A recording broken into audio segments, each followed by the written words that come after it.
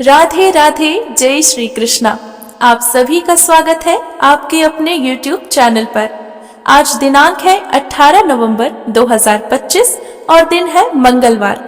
आज त्रयोदशी तिथि रहेगी सुबह 7:12 तक। उसके बाद चतुर्दशी तिथि प्रारंभ हो जाएगी। आज मासिक शिवरात्रि का दिन भी है। मार्गशीर्ष का महीना भगवान श्री कृष्ण को सबसे प्रिय है। इस महीने में स्नान, दान, दीपदान और भगवान श्री कृष्ण की पूजा करने का बहुत महत्व होता है। ऐसा माना जाता है इस समय किए गए पुण्य कर्म जैसे दान पुण्य, पूजा पाठ, सेवा नियम से सभी पापों का नाश हो जाता है और मोक्ष के द्वार खुल जाते हैं। तथा इस महीने कथाओं का श्रवण करना भी अति पुण्यदायी माना जाता है। इसीलिए हम प्रतिदिन आप सभी के लिए ला रहे हैं मार्गशीर्ष मास के महत्व की कथाएं। और इसी श्रृंखला में आज हम सभी श्रवण करेंगे मार्गशीर्ष मास के महत्व की 13वें अध्याय की कथा। कथा के अंत में आप सभी को मधुराष्टकम और श्री कृष्ण चालीसा का पाठ भी सुनने को मिलेगा। आइए अब हम सब मिलकर श्रवण करते हैं मार्गशीर्ष मास के महत्व की 13वें अध्याय की कथा, जिसमें भगवान नारायण कहते हैं, हे मुने, एक समय की बात है, माधव श्री कृष्ण अनन्य बालकों और हलधर के साथ खा पीकर खेलने के लिए श्री वन में गए। वहां मधुसूदन ने नाना प्रकार की बालोचित क्रीड़ाएं करी। वह क्रीड़ाएं समाप्त करके गोपाल बालकों के साथ उन्होंने गोधन को आगे बढ़ाया। वहां वन में स्वादिष्ट जल पीकर वे महाबली श्री कृष्ण उस स्थान से गोधन सहित मधुवन में गए। वह वन में एक बलवान और भयंकर दैत्य था, जिसकी आकृति और मुख बड़े विकराल थे। उसका रंग सफेद था। वह पर्वत आकार दैत्य बगुले के आकार में दिखाई देता था। उसने देखा गोष्ठों में गौ का समुदाय है और ग्वाल बालकों के साथ केशव और बलराम भी विद्यमान है।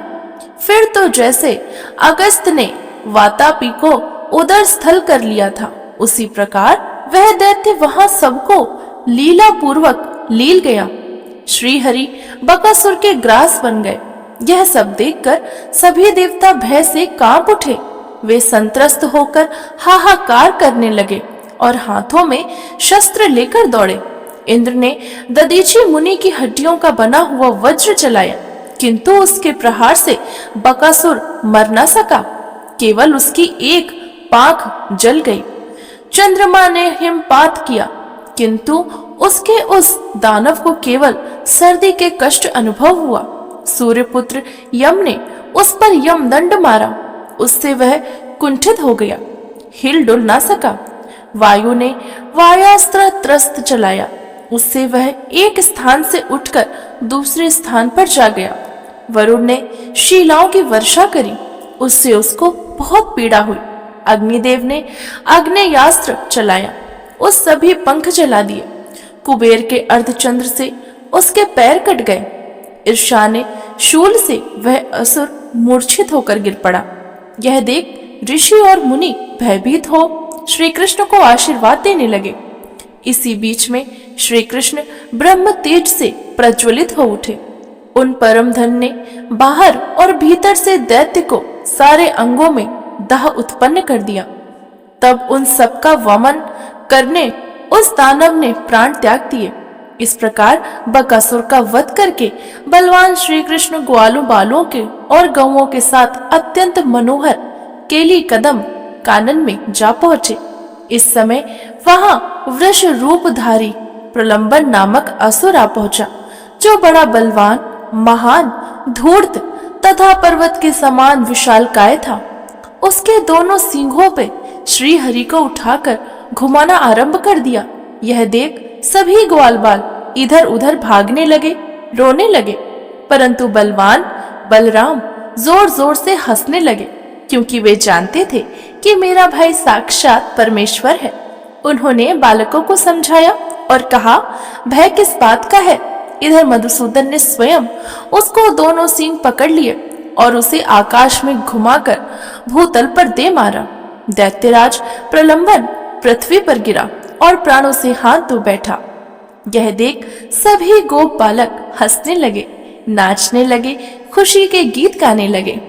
प्रलंबासुर का वध करके बलराम सहित परमेश्वर श्री कृष्ण शीघ्र ही गोचारण के कार्यक्रम में जुट गए। वे गौवें चराते हुए भांडीर वन के पास जा पहुंचे। उस समय माधव को जाते देख बलवान दैत्यराज केशी ने अपनी टाप से धरती को खोद दिया। शीघ्र ही इन्हें घेर लिया। उसने श्रीहरि को मस्तक पर चढ़ाकर संतुष्ट हो आकाश में 100 योजन तक उन्हें उछाल मार मार के घुमाया और अंत में पृथ्वी पर गिर पड़ा।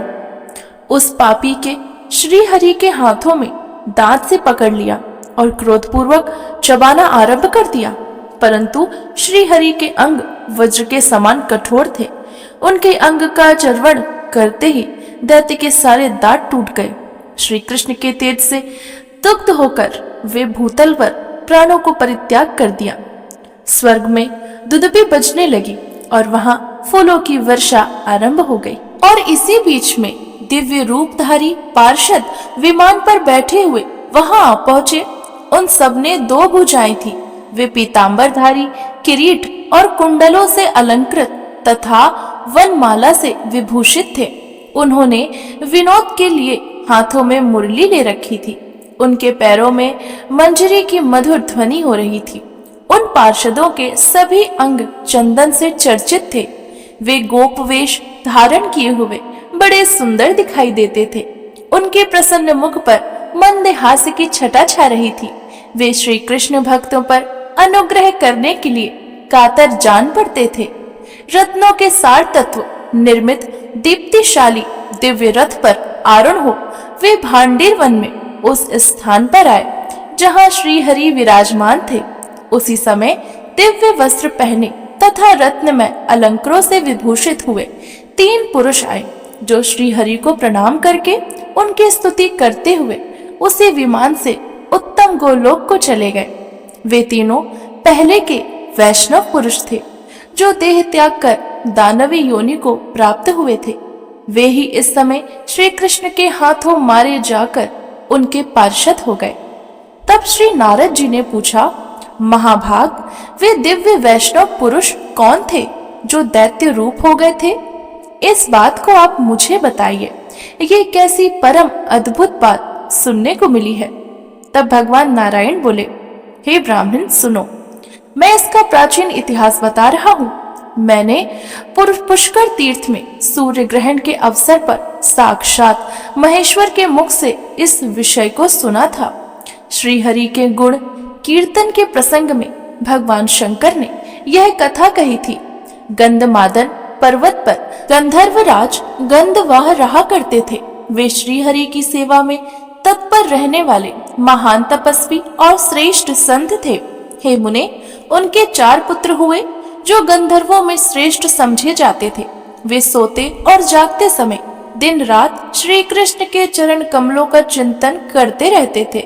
वे सभी दुर्वासा के शिष्य थे और श्री कृष्ण की आराधना में लगे रहते थे। प्रतिदिन कमल चढ़ाकर श्री हरि की पूजा करने के पश्चात ही जल पीते थे। उन चारों के नाम इस प्रकार थे, वसुदेव, सुहोत्र, सुदर्शन और सुपार्श्व। ये चारों श्रेष्ठ वैष्णव थे और पुष्कर में तपस्या करते थे।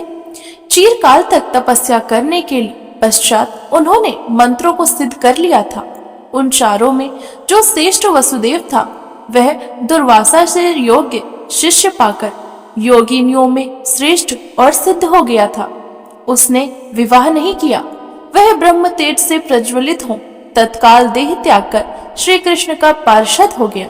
एक दिन वे तीनों भाई चित्र सरोवर के तट पर गए। वे सूर्य उदय काल में श्री हरि की पूजा करने के लिए कमल लेना चाहते थे। मुने, कमलों का संग्रह करके जाते हुए उन वैष्णवों को जब भगवान शंकर के सेवकों ने देखा, तब वे सब उन्हें बांधकर अपने साथ ले गए। शंकर जी के सेवक शरीर से बलिष्ठ थे, अतः उन दुर्बल वैष्णवों को पकड़कर उन्हें शंकर जी के पास ले गए। भगवान शंकर को देखकर उन सब वैष्णवों ने भूतल पर माथा टेक उन्हें प्रणाम किया। शिव जी उन्हें उत्तम आशीर्वाद दे शीघ्र ही उनसे वार्तालाप के लिए उद्गत हुए। उस समय उनके प्रसन्न मुख पर मुस्कुराहट खेल रही थी और वे उन भक्त जनों पर अनुग्रह करने के लिए कातर हो चुके थे। भगवान शिव ने पूछा, पार्वती के सरोवर में प्रवेश करके कमल लेने वाले तुम लोग कौन हो? पार्वती के व्रत की पूर्ति के लिए 1,00,000 यक्ष उस सरोवर की रक्षा करते हैं। पार्वती की प्रति विषय सौभाग्य की वृद्धि के लिए जब त्रैमासिक व्रत आरंभ करती हैं, तब वे लगातार 3 महीने तक श्री हरि को भक्ति भाव से प्रतिदिन 1,000 कमल चढ़ाती हैं। भगवान शिव का यह वचन सुनकर वे तीनों वैष्णव भयभीत हो भक्ति से नतमस्तक हो गए और हाथ जोड़कर बोले। गंधर्वों ने कहा, हे प्रभु, हम लोग गंधर्वराज गंधवाहन के पुत्र हैं, गंधर्वों में श्रेष्ठ हैं। हे महेश्वर, हम लोग प्रतिदिन श्री हरि को कमल चढ़ाकर ही जल पीते हैं। हे नाथ, हम यह नहीं जानते कि पार्वती जी के द्वारा इस सरोवर की रक्षा की जाती है। आप यह सारे कमल ले लीजिए और अपने व्रत को सफल बनाइए। महादेव, हम आज कमल नहीं चढ़ाएंगे और जल भी नहीं पिएंगे। हमने आपको ही वे कमल अर्पित कर दिया है जिनके चरण कमल का प्रतिदिन चिंतन करके हम कमल से पूजन करते हैं। आज साक्षात उन्हीं को कमल अर्पण करके हम सभी पवित्र हो गए। हे प्रभु, ब्रह्मा एक ही है, दूसरे नहीं है। उनको कहाँ दे और कहाँ रो। भक्तों पर अनुग्रह करने के लिए ही भगवान शरीर धारण करते हैं। रूप भेद माया से ही प्रतीत होता है। हे प्रभु, आप ये कमल ले लीजिए, क्योंकि आप ही हमारे प्रभु हैं। अच्युत, हमारा हृदय जिनके ध्यान से परिपूर्ण है, आप उनके ही स्वरूप का हमें दर्शन कराइए। जिनकी 2 भुजाएं हैं, कमनीय किशोर अवस्था है, श्याम सुंदर रूप है, हाथों में विनोद की साधना भूता मुरली है, जो पीतांबर धारी है, जिनके 1 मुख और 2 नेत्र हैं। वे चंदन और अगरू से चर्चित हैं, जिनके प्रसन्न मुख पर मंद मुस्कान की प्रभा फैल रही है, जो रत्नमय अलंकारों से विभूषित हैं, जिनका वक्ष स्थल मणिराज कौस्तुभ की कांति से अत्यंत उज्जवल दिखाई देता है, जिसकी चूड़ों में मोर पंख लगा हुआ है, जो मालती की माला से विभूषित है, पारिजात के फूलों के हारों से अलंकृत है, करोड़ों कंदर्पों के लावण्य का मनोहर लीला धाम है। समूह के समूह गोपियां मंद मुस्कान और बाकी चितवन से जिनकी ओर देखा करती हैं, जो नूतन यौवन से संपन्न तथा श्री राधा के वक्ष स्थल पर विराजमान है। ब्रह्मा आदि जिसकी स्तुति करते हैं, जो सबके लिए वंदनीय है, चिंतनीय है और वांछनीय है, जो स्वरूप आत्मा राम है, पूर्ण काम और भक्तों पर अनुग्रह करने के लिए कातर रहने वाले, उनके उसी स्वरूप का हम दर्शन करना चाहते हैं। ऐसा कहकर वे श्रेष्ठ गंधर्व भगवान शंकर के सामने खड़े हो गए। श्री कृष्ण के स्वरूप का वर्णन सुनकर भगवान शंकर के श्री अंग में रोमांच आ गया, उनके नेत्रों में आंसू भर आए। वे गंधर्वों की उक्त बातों को सुनकर उनसे इस प्रकार बोले, मैंने यह जान लिया है कि तुम लोग श्रेष्ठ वैष्णव हो और अपने चरण कमलों की धूल से पृथ्वी को पवित्र करने के लिए भ्रमण कर रहे हो। मैं श्री कृष्ण के दर्शन की सदा ही इच्छा रखता हूँ, क्योंकि साधु संत तीनों लोकों में दुर्लभ है। तुम लोग मुझे पार्वती और देवताओं से भी बढ़कर सदा प्रिय हो। मुझे वैष्णव जन अपने अपने भक्तों से अधिक प्रिय हैं, परंतु मैं पूर्व काल में जो प्रतिज्ञा कर रखी है वह भी व्यर्थ नहीं होने दूंगा। महाभाग वैष्णवों, सुनो, मैंने कह रखा है कि पार्वती के व्रत के समय जो लोग किसी अन्य व्रत के निमित्त इस सरोवर के कमल को ले जाएंगे, वे शीघ्र ही आसुरी योनि को प्राप्त होंगे। इसमें संशय नहीं है। श्री कृष्ण के भक्तों का कहीं भी अशुभ नहीं होता। तुम लोग पहले दानव की योनि में पड़कर फिर निश्चय ही गोलोक में पधारोगे। तुम्हारे मन में श्री कृष्ण का रूप का प्रत्यक्ष दर्शन कराने के लिए उत्कंठा है। अतः बच्चों, तुम्हें भारतवर्ष के वृंदावन में उस स्वरूप का अवश्य ही दर्शन होगा। श्री कृष्ण को देखकर उन्हीं के हाथों से मृत्यु लोक प्राप्त होगा। तुम वैष्णव शिरोमणि बन जाओगे और दिव्य विमान पर आरूढ़ होकर श्री हरि धाम को पधारोगे। तुम लोग अभी यहाँ उस वांछनीय स्वरूप को देखने के लिए उत्सुक हो, अतः वह सब देखो। ऐसा कहकर भगवान शिव ने उन्हें उस स्वरूप के दर्शन कराए। उस स्वरूप के दर्शन करके उन वैष्णवों के नेत्रों में आंसू भर आए। वे सर्व स्वरूप श्री हरि को प्रणाम करके दानवी योनि में चले गए, इसीलिए वे दानेश्वर हुए। वसुदेव तो पहले ही मुक्त हो चुका है। सुहोत्र, बकासुर, सुदर्शन, प्रलंबन और स्वयं सुपार्श्व केशी हुआ है। भगवान शंकर के वरदान से श्री हरि के परम उत्तम रूप के दर्शन करके उन्हीं के हाथों से मृत्यु को प्राप्त हो वे उनके परम धाम को चले गए। विप्रवर, श्री हरि का यह अद्भुत चरित्र कहा गया। बक, प्रलंबन और केशी के उद्धार का यह प्रसंग वाचकों और श्रोताओं को मोक्ष प्रदान करने वाला है। नारद जी ने पूछा, महाभाग, आपकी कृपा प्रसाद से यह सारी अद्भुत बात मैंने सुनी। अब मैं ये सुनना चाहता हूँ कि पार्वती जी ने कौन सा व्रत किया था, उस व्रत के आराध्य देव कौन है, उसका फल क्या है और उसमें पालन करने योग्य नियम क्या है। भगवान, उस व्रत के लिए उपयोगी द्रव्य कौन कौन से हैं, कितने समय तक यह व्रत किया जाता है और उसकी प्रतिष्ठा में क्या क्या करना आवश्यक है। हे प्रभु, भली भांति विचार कर बताइए। इसे सुनने के लिए मेरे मन में बड़ा कौतूहल है। तब श्री नारायण बोले, हे मुने, यह त्रैमासिक नामक व्रत है जो नारी के पति विषयक का सौभाग्य को बढ़ाने वाला है। इस व्रत के आराध्य देवता श्री राधिका सहित भगवान श्री कृष्ण है। उत्तरायण के विष्णु योग में इसका आरंभ होता है और दक्षिणायन के आरंभ में होने तक इसकी समाप्ति हो जाती है। वैशाख की संक्रांति से एक दिन पहले संयम पूर्वक रहकर निश्चय ही हविष्य का सेवन करें। फिर वैशाख की संक्रांति के दिन स्नान करके गंगा तट पर व्रत का संकल्प लेना चाहिए। तदनंतर व्रती पुरुष कलश पर मणियों में, शालग्राम, शिला में अथवा जल में राधा सहित श्री कृष्ण का पूजन करें। पहले 5 देवताओं की पूजा करके भक्ति भाव से राधा वल्लभ श्री कृष्ण का ध्यान करें। उसके सामवेदोक्त ध्यान का वर्णन करता हूँ, सो तुम सुनो। भगवान श्री कृष्ण की अंग कांति सजल जलधारा के समान श्याम है। वे रेशम पीतांबर धारण करते हैं। उनका मुख शरद काल की पूर्णिमा के चंद्रमा के समान मनोहर है। उस पर मंद हास की प्रभा फैल रही है। नेत्र शरद ऋतुओं के प्रफुल्लित कमलों की शोभा को तिरस्कृत कर रही हैं। उसमें सुंदर अंजन लगा हुआ है। वे गोपियों के मन को बारंबार मोहते रहते हैं। राधा उनकी ओर देख रही हैं। वे राधा के वक्ष स्थल पर विराजमान हैं। ब्रह्मा, अनंत शिव और धर्म आदि देवता उनकी स्तुति करते हैं।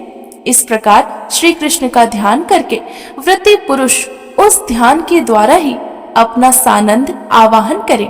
इसके बाद वह राधा जी का ध्यान करे। वह ध्यान यजुर्वेद की माध्य दिशा शाखा में वर्णित है। राधा राजेश्वरी है, रमणीय है और रासोश्वल रस के लिए उत्सुक रहती हैं। रास मंडल के मध्य भाग में उनका स्थान है। वे रास की अधिष्ठात्री देवी हैं। रासेश्वर वक्ष स्थल में वास करती हैं। रासिक रासिका है। रसिक शिखर श्याम सुंदरी प्रिय है। रसिकाओं में श्रेष्ठ है। सुरमय रमा रूपिणी है। प्रियतमा के साथ रमण के लिए उत्सुक रहती हैं। उनके नेत्र शरद काल के प्रफुल्लित कमलों की शोभा को तिरस्कृत करते हैं। वे बाकी भवों से सुशोभित होती हैं। उनके नेत्रों में सुरमा शोभा पा रहा है। शरद काल के चंद्रमा की भांति सुंदर मुख पर मंद मुस्कान की प्रभा के कारण उनकी मनोहरता बहुत बढ़ गई है। मनोहर चंपा के समान उनकी अंग कांति सुनहरी दिखाई देती है। चंदन, कस्तूरी की बेंदी तथा सिंदूर बिंदु से उनका श्रृंगार किया गया है। कपोलों पर मनोहर पत्रावली रचना शोभा देती है। अग्नि शुद्ध दिव्य वस्त्रों से उनकी उज्ज्वलता बढ़ती गई है। उत्तम रत्नों द्वारा निर्मित कुंडलों की कांति से उनके सुंदर कपोल प्रकाशित हो रहे हैं। रत्ने साज चरित हार से वक्षमाला उद्भासित हो रहा है। रत्न निर्मित कंकण, केयूर तथा किंकणी रत्न से उनके अंगों की अपूर्व शोभा हो रही है। उत्तम रत्नों के सार तत्व से रचित मंजरियों के झनकारों से उनके दोनों चरण सुशोभित हो रहे हैं। ब्रह्मा आदि भी सेवानीय श्री कृष्ण स्वयं ही उनकी सेवा करते हैं। सर्वेश्वर के द्वारा उनकी स्तुति की जाती है तथा वे सबकी कारण स्वरूपा है। ऐसी श्री राधा का मैं भजन करता हूँ। इस प्रकार ध्यान करके श्री कृष्ण के साथ उनका पूजन करना चाहिए। प्रतिदिन भक्ति भाव से 16 उपचार चढ़ाकर पूजन करें। व्रती पुरुष प्रत्येक उपचारों के पृथक पृथक करके सबको बारी बारी से प्रसन्नता पूर्वक अर्पित करें। हे मुने, नित्य प्रति 108 दिव्य सहस्त्र दल कमल लेकर उनकी 108 आहुतियां दे। भक्ति भाव से कृष्णाय स्वाहा इस मंत्र का उच्चारण करके यत्न पूर्वक वे आहुतियां देनी चाहिए। आम और केले के कच्चे या पक्के फलों को लेकर उसकी 108 आहुतियां भक्ति भाव से दे। फल अखंड होने चाहिए। हे मुने, प्रतिदिन 100 ब्राह्मणों को भक्ति पूर्वक भोजन करवाएं। व्रती को नित्य ही 108 आहुतियों का हवन करना चाहिए। वे आहुतियां भक्ति पूर्वक राधा के सहित श्री कृष्ण को देनी चाहिए। नारद घृत मिश्रित तिल से भी हवन करें। नित्य बाजे बजवाएं और श्री हरि का कीर्तन करवाएं। 3 मास तक इस नियम का पालन करके उसके बाद व्रती की प्रतिष्ठा करें। नारद, प्रतिष्ठा के दिन जो विधान आवश्यक है वो तुम अब सुनो। विप्रवर 90,000 अक्षत कमल की आहुति दे और यत्न पूर्वक 9,000 ब्राह्मणों को उत्तम स्वादिष्ट एवं मीठे अन्न भोजन करवाए। 9,720 फल तथा नाना प्रकार के मनोहर द्रव्यों का नैवेद्य अर्पण करें। इसके बाद संस्कार युक्त अग्नि की स्थापना करके विद्वान पुरुष होम करे। घृत युक्त तिल की 90,000 आहुतियां देकर ब्राह्मणों को भक्ति भाव से वस्त्र, भोजन, यज्ञोपीत और फल सहित अन्न और तिल के लड्डू दे। उस लड्डुओं में गंध पुष्पों से अर्चित करके देना चाहिए। साथ ही शीतल जल से भरे हुए 90 कलशों का भी दान करना चाहिए। इस प्रकार व्रत करके ब्राह्मणों को दक्षिणा देनी चाहिए। दक्षिणा परिमाण वही है जो वेदों में बताया गया है। 1000 बैल हो और उनके सींगों में सोना मड़ा होना चाहिए। ब्राह्मण, इस प्रकार त्रैमासी व्रत बताया गया है। इस व्रत का अनुष्ठान कर लिया जाए तो यह वशिष्ठ संतति देने वाला है और पति सौभाग्य की वृद्धि करने वाला होता है। इस व्रत के प्रभाव से 100 जन्मों तक नारी का अखंड सौभाग्य बना रहता है और निश्चय ही वह 100 जन्मों तक सत्पुत्री जननी होती है। उसका कभी पति और पुत्र से वियोग नहीं होता। पुत्र दास की भांति उसकी आज्ञा का पालन होता है तथा पति भी उसके बातों को मानने वाला हो जाता है। वह सती नारी प्रदक्षिणा श्री राधा कृष्ण की भक्ति से संपन्न होती है। व्रत के प्रभाव से उसको ज्ञान तथा श्री हरि की स्मृति प्राप्त होती है। इस सामवेदोक्त को व्रत का पूर्व काल में हम दोनों ने भी पालन किया था। ब्रह्मे दूसरी स्त्रियों द्वारा उस व्रत का अनुष्ठान होते देख पार्वती देवी ने प्रसन्नता पूर्वक दोनों हाथों को जोड़ भक्ति भाव से सिर झुकाकर भगवान शंकर से कहा। पार्वती जी बोली, हे जगन्नाथ, आज्ञा करिए, मैं उत्तम व्रत का पालन करूंगी। हम दोनों के इष्ट देव श्री हरि को व्रत में यह श्रेष्ठ व्रत है। हे नाथ, श्री हरि की आराधना समस्त मंगलों के कारण स्वरूप है। यज्ञ, दान, वेद ध्यान, तीर्थों का सेवन और पृथ्वी की परिक्रमा, ये सब श्री हरि की आराधना की 16वीं कलाओं के भी बराबर नहीं है, जिनके बाहर और भीतर प्रति क्षण श्री हरि की स्मृति बनी रहती है। उस जीवन मुक्त पुरुष के दर्शन से भी मुक्ति प्राप्त हो जाती है। उसके चरण कमलों की धूल पड़ने से वसुधा उसी क्षण शुद्ध हो जाती है तथा उसके दर्शन मात्र से तीनों लोक पवित्र हो जाते हैं। ब्रह्मा, विष्णु, धर्म, शेषनाग, आप महेश्वर और गणेश, ये सब लोग जिनके चरण कमलों का चिंतन करते करते उन्हीं के समान महातेजस्वी हो गए हैं। जो जिसका सदा ध्यान करता है वह निश्चय ही उसे प्राप्त कर लेता है। इतना ही नहीं, ध्याता पुरुष गुण, तेज, बुद्धि और ज्ञान की दृष्टि से अपने ध्याय के समान ही हो जाता है। श्री कृष्ण के चिंतन, तप, ध्यान, सेवा से मैंने आप जैसे स्वामी और पुत्र भी प्राप्त किया है। मुझे अनायास ही सब कुछ मिल गया। मेरा मनोरथ पूर्ण हो गया। मुझे आप जैसे स्वामी मिले, कार्तिकेय और गणेश जैसे पुत्र प्राप्त हुए तथा श्री कृष्ण के अंश स्वरूप हिमवान जैसे पति मिले। हे प्रभु, मेरे लिए कौन सी वस्तु दुर्लभ है। पार्वती की यह बातों को सुनकर भगवान शंकर बहुत प्रसन्न हुए। उनका शरीर पुलकित हो उठा। वे हंसकर मधुर वाणी में बोले। महादेव जी ने कहा, ईश्वरी, तुम महालक्ष्मी स्वरूपा हो। तुम्हारे लिए क्या असाध्य है। तुम सर्व संपत्तिवान स्वरूपा और अनंत शक्ति स्वरूपिणी हो। हे देवी, तुम जिसके घर में हो वह संपूर्ण ऐश्वर्य का भाजक है। शुभ प्रदे, मैं ब्रह्मा और विष्णु तुम में भक्ति रखकर तुम्हें कृपा प्रसाद से ही संसार की सृष्टि, पालन और संहार में समर्थ हुए। हिमालय कौन है, मेरी क्या बिसात है, और कार्तिकेय तथा गणेश क्या है। तुम्हारे बिना हम लोग असमर्थ हैं और तुम्हारा सहयोग पाकर ही हम सब कुछ करने में समर्थ हैं। जो पतिव्रता के योग्य है, जो प्राचीन काल से श्रुतियों में सुनी गई है, वह आज्ञा परमेश्वर की आज्ञा है। पतिव्रते, उस ईश्वर की आज्ञा को स्वीकार करके तुम व्रत का पालन करो। अब तक जिन स्त्रियों ने इस व्रत का पालन किया है, उन सब की अपेक्षा विलक्षण ढंग से तुम इस त्रैमासी व्रत का अनुष्ठान करो। इस व्रत में भगवान सनत कुमार तुम्हारे पुरोहित होंगे। हे सुंदरी, जिसने इतने कमलों को ब्राह्मणों और द्रव्यों की आवश्यकता हो, उन सबको देने के लिए मैं उद्गत हूँ। तुम कुबेर को द्रव्य कोश का संरक्षक नियत करो। इस व्रत में दानाध्यक्ष मैं रहूंगा और स्वयं भगवती लक्ष्मी धन देने वाली होंगी।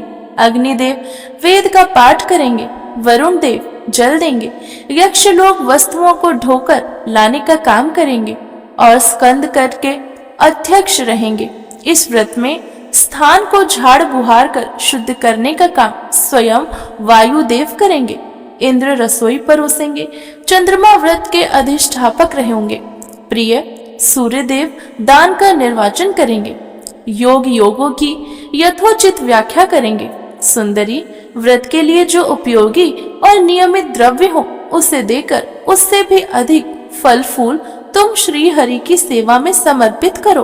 व्रत में जितने ब्राह्मणों को भोजन कराने का नियम है, उतनों को भोजन कराकर तुम उनसे भी अधिक संख्या ब्राह्मणों को भक्ति भाव से भोजन के लिए निमंत्रित करो। समाप्ति के दिन सुवर्ण, रत्न, मोती और मूंगा आदि व्रतोक्त दक्षिणा देकर सारा धन ब्राह्मणों को बांट दो। ऐसा कहकर भगवान शंकर ने पार्वती जी से उस व्रत का अनुष्ठान करवाया। पार्वती जी ने सब स्त्रियों की अपेक्षा विलक्षण स्वरूप में उस व्रत का संपादन किया। नारद, इस प्रकार पार्वती जी ने जो व्रत किया था वह सब मैंने तुमसे कह सुनाया। पार्वती जी के व्रत में ब्राह्मण लोग रत्न ढोकर ले जाने में असमर्थ हो गए। नारद, यह सारा इतिहास तो तुमने सुन लिया। अब जिसका प्रकरण चल रहा था वह श्री कृष्ण का बाल चरित्र भी सुनो। यह श्री कृष्ण की बाल लीला पद पद में नई नई प्रतीत होती है। पूर्वोक्त में दानवदेंद्र वध करके श्री कृष्ण ग्वाल बालों के साथ गोकुल में अपने घर को गए, जो कुबेर भवन के समान समृद्धशाली था। वहां बालकों ने प्रसन्नता पूर्वक सब लोगों में वन में घटित घटनाओं की बातें बताई। यह सुनकर सभी लोग चकित हो गए, किंतु नंद जी बड़ा भय हुआ।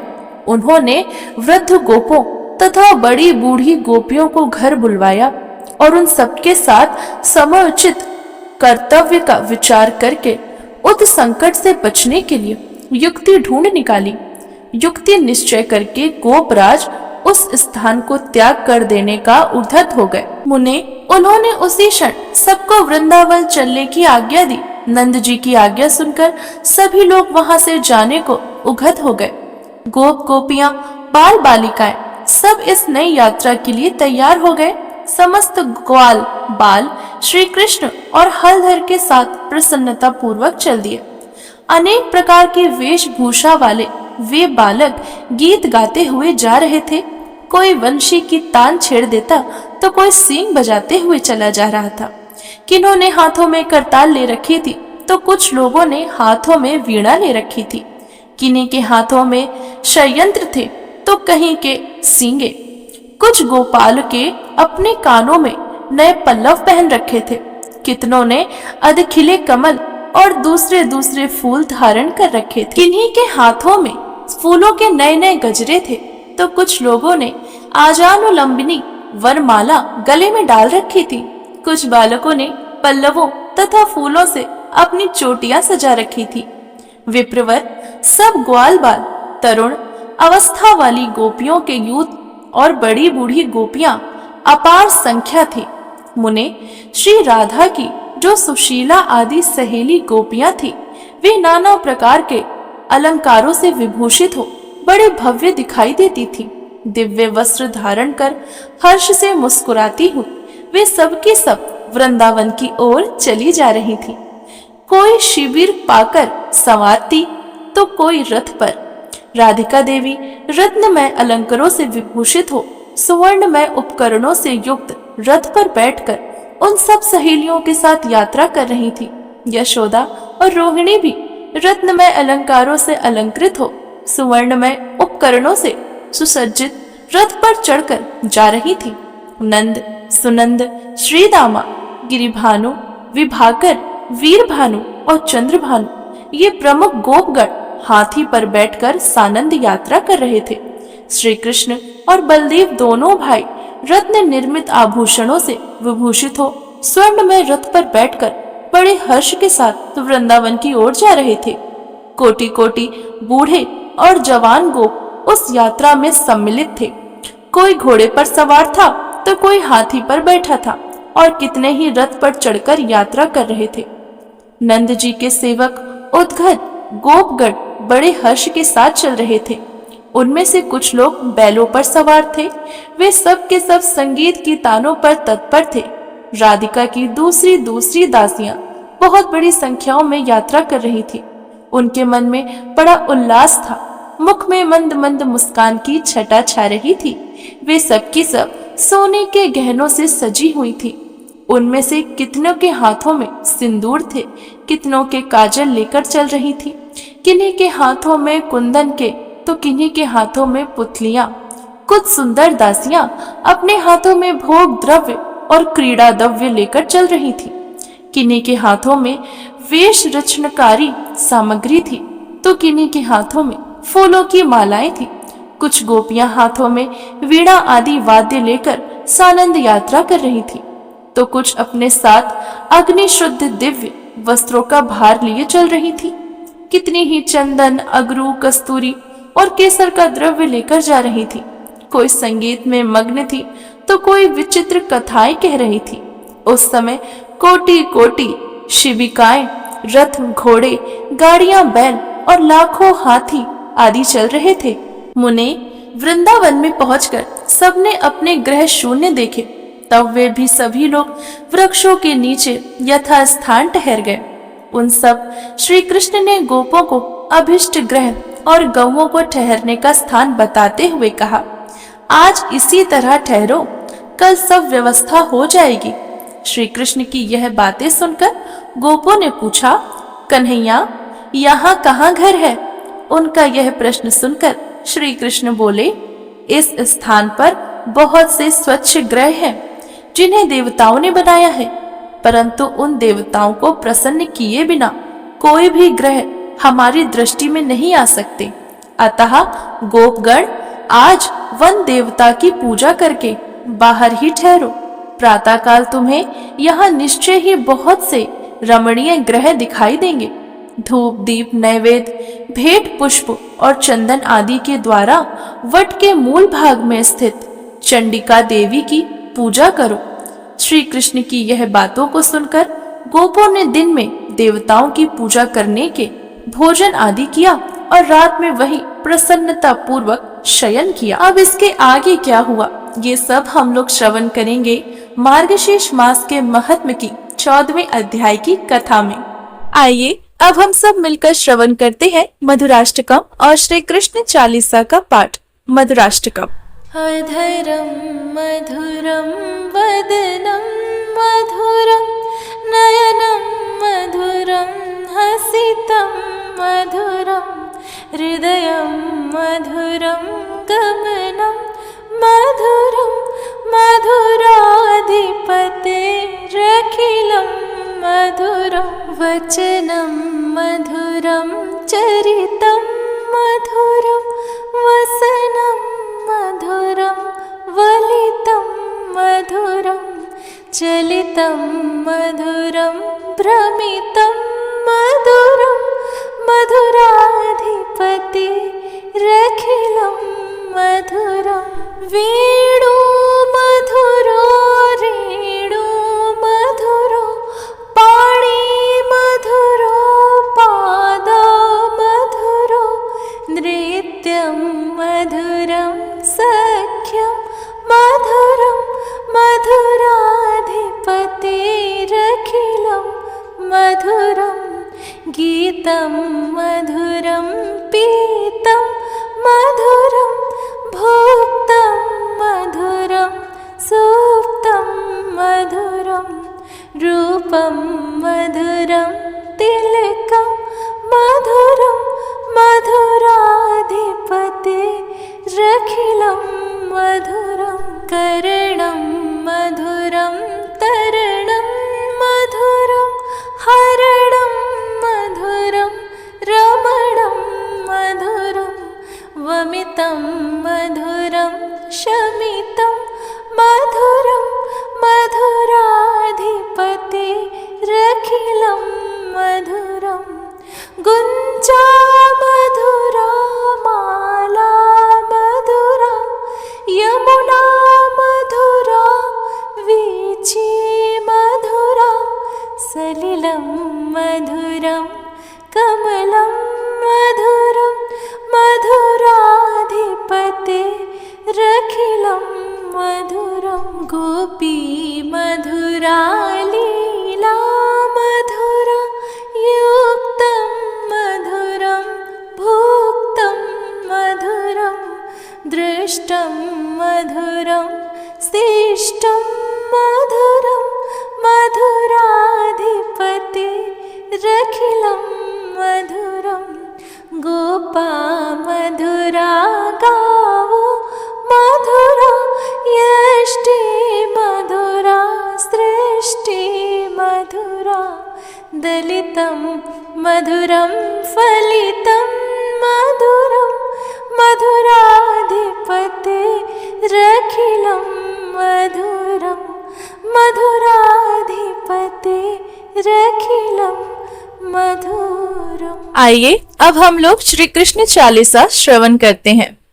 वंशी शोभित कर मधुर नील जलद तन श्याम अरुण अधर जनु बिमल फल पीतांबर शुभ साज जय मनमोहन मदन छवि कृष्ण चंद्र महाराज करहु कृपा हे रवि तनय रखौ जन की लाज जय यदुनंदन जय जगवंदन जय वसुदेव देव की नंदन जय यशोदासुत नंद दुलारे जय प्रभु भक्तन के दृग तारे जय नट नागर नाग नथैया कृष्ण कन्हैया धेनु चुरैया पुनि नख पर प्रभु गिरवर धारो आओ दीनन कष्ट निवारो।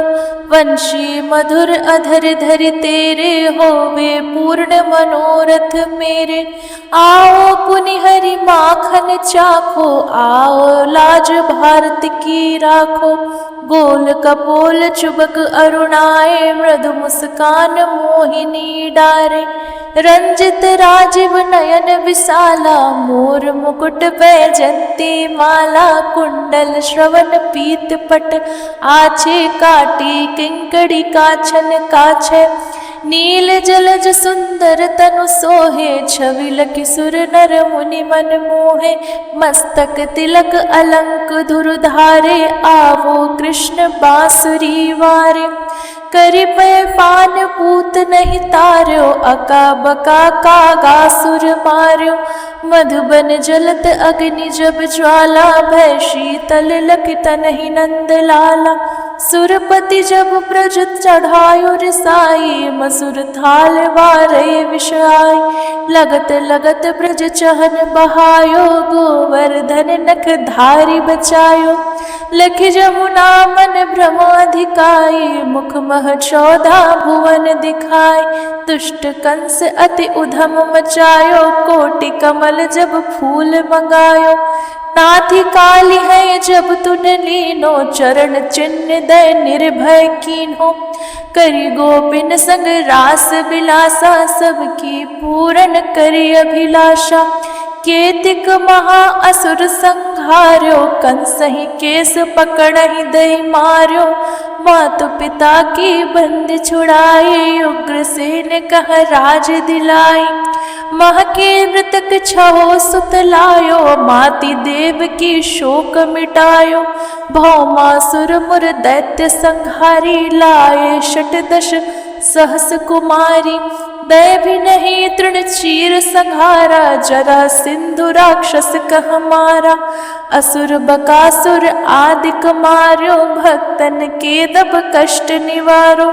तीन सुदामा के दुख टार्यो, तंदुल 3 मुट्ठी मुख डार्यो। प्रेम के सागर विदुर घर आयो, दुर्योधन के मेवा त्यागो।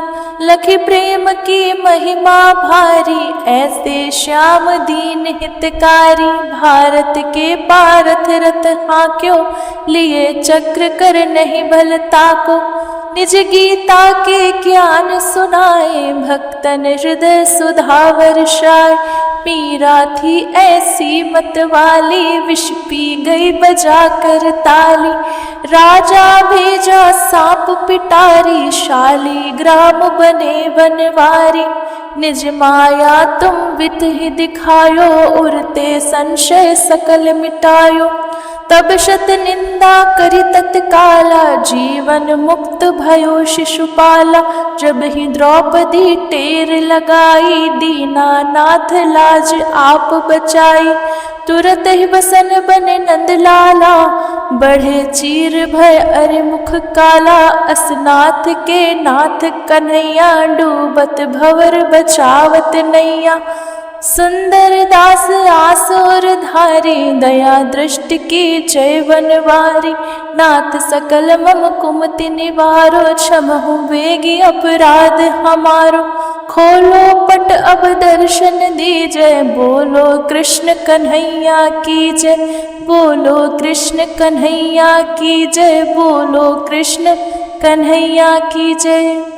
यह चालीसा कृष्ण का पाठ करे उरधारी, अष्ट सिद्धि नवनिधि फल लहे पदारथ चारी।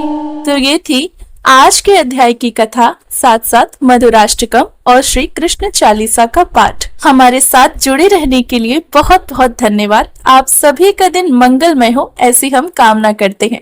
हरे कृष्णा, जय श्रीमन नारायण।